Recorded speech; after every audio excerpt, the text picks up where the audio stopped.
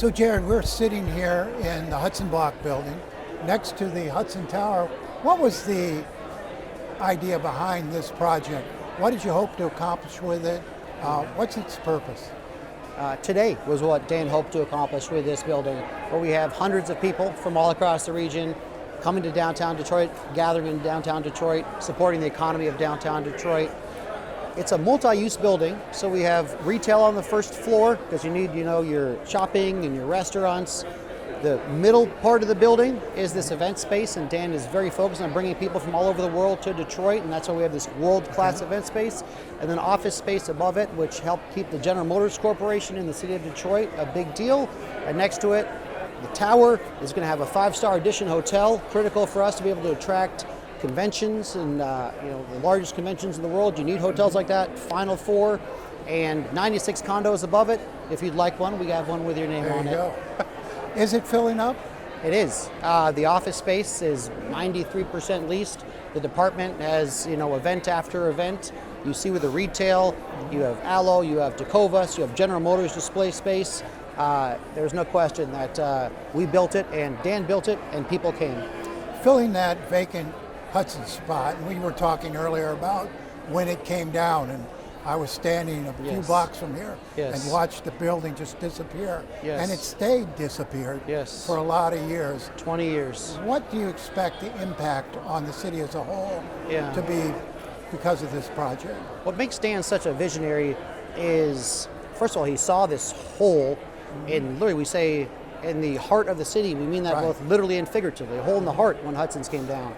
And Dan saw that hole, and he saw this incredible building in its place, and he wanted it to be really a symbol of Detroit's rise and inspiration about what's possible, what's happening, but also very practically an economic engine for the city.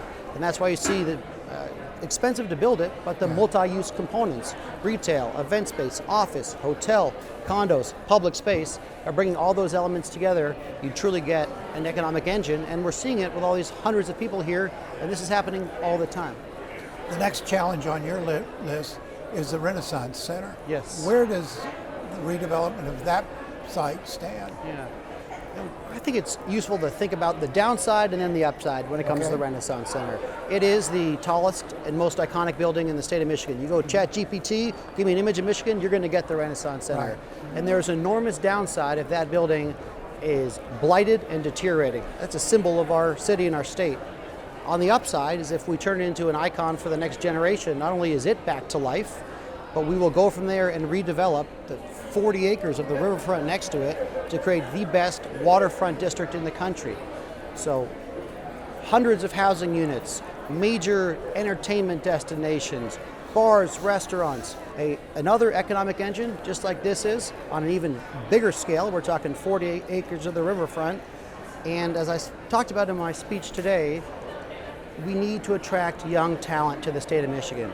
The economy, if you want higher wages, more prosperity, you need talent. Businesses want to be where talent is. Talent wants place.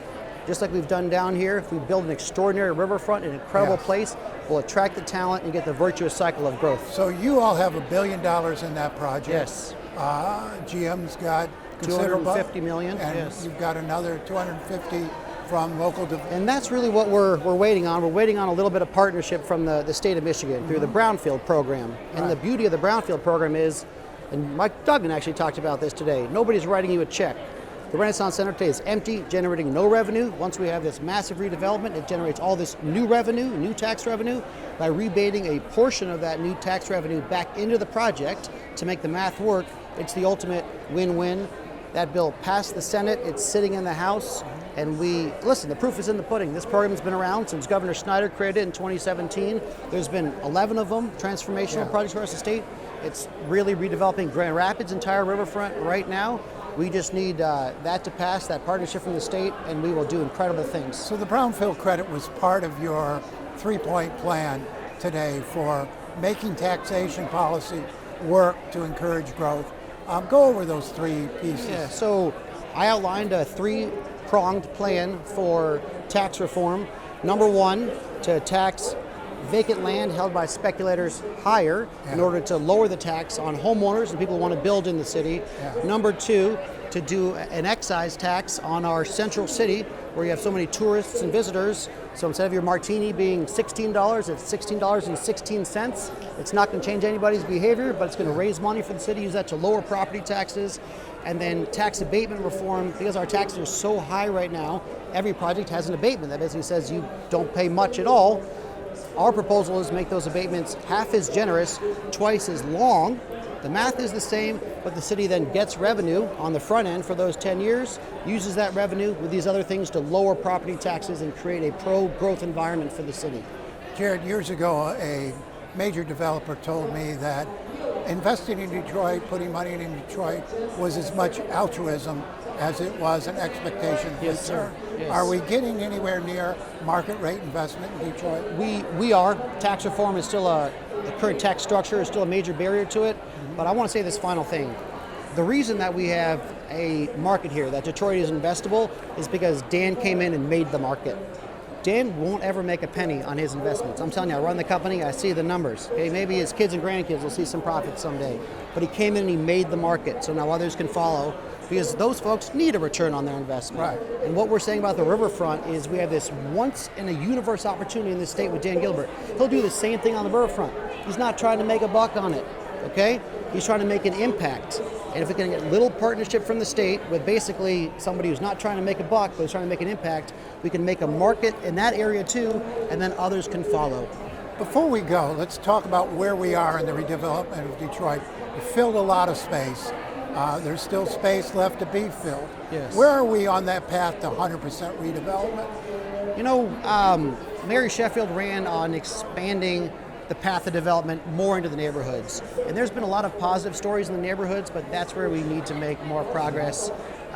We talk about, in the 15 years Dan's been investing here, we've done the north-south Woodward corridor. The whole riverfront is empty. We need to redevelop the riverfront, and we need to bring development to our neighborhoods. So I'd say we're in the bottom of the fifth inning, but a lot to do. Watch One Detroit, Thursday at 7:30 p.m. You can find more at onedetroitpbs.org or subscribe to our social media channels and sign up for our One Detroit newsletter.